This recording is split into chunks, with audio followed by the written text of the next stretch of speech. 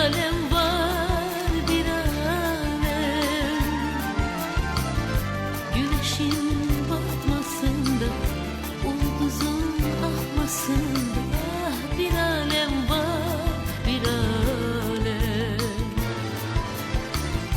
Fesiller bucağında, sevginin ocağında, bir alem var, bir alem var.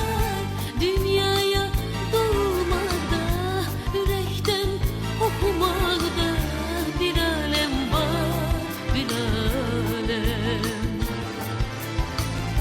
Fesiller bucağında, sevginin ocağında, bir alem var, bir alem var. Dünyaya doğmada, yürekten okumada, bir alem var, bir alem.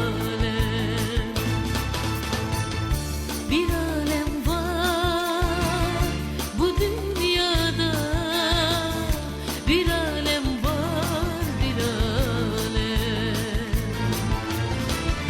Bir alem var bu dünyada, bir alem var, bir alem.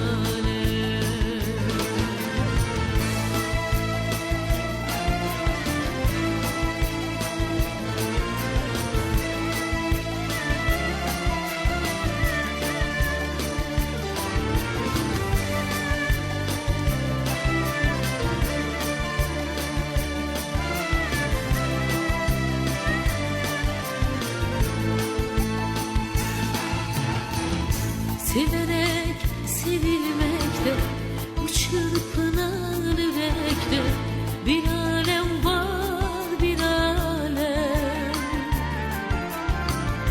Men Tanrı bendesinde, sevgi dolu sesinde, ah, bir alem var, bir alem.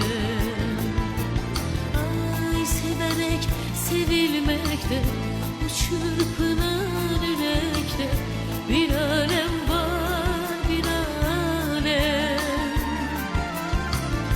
Men Tanrı bendesinde,